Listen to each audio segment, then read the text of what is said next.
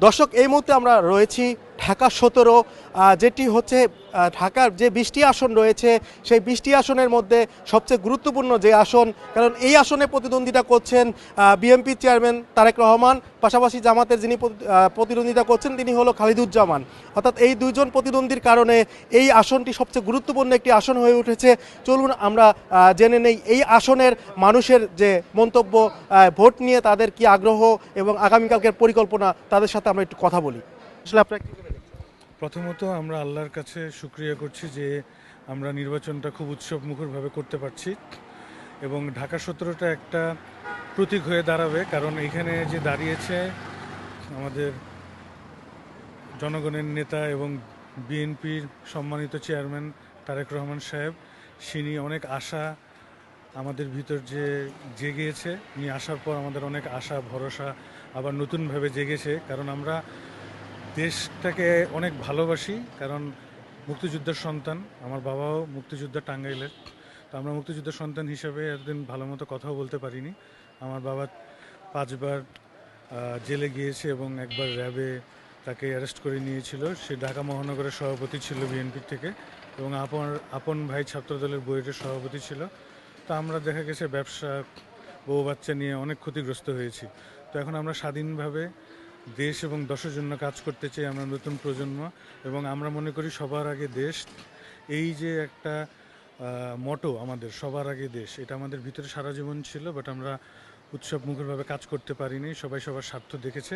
আশা করি আমরা এবার বউ সন্তান নিয়ে, বাবা মা নিয়ে এবং আমাদের যারা দাদা দাদি নানা নানি যারা বেঁচে আছে সবাইকে নিয়ে আমরা এবার উৎসব মুখরভাবে ভোট দিতে যাব। এবং সেনাপ্রধানকে আমাদের অত্যন্ত ধন্যবাদ যে তারা আমাদেরকে এখানে অনেক প্রোটেকশন দিচ্ছে এবং সবাই সুন্দর মতে, এবং এখন শিক্ষিত সমাজে বাস করি আমরা, সুন্দর মতো যেন দেশটা আবার যে স্বাধীনের যে সময়টা ছিল আবার যেন স্বাধীনতার এই রূপটা পায়। কাকে এগিয়ে রাখবেন এই আসনে?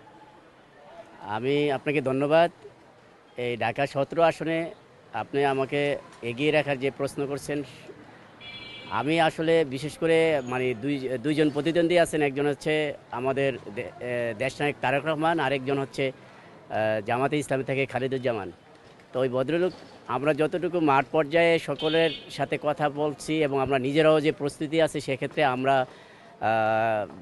জিয়াউর রহমানের সন্তান হিসাবে এবং বেগম খালেদা জিয়ার সন্তান হিসাবে এবং তারেক রহমানের যে তারুণ্য নির্ভরশীল যে রাজনীতি, সেই প্রেক্ষাপটে আমরা তারেক রহমানকে সর্বাগ্রে এগিয়ে রাখছি।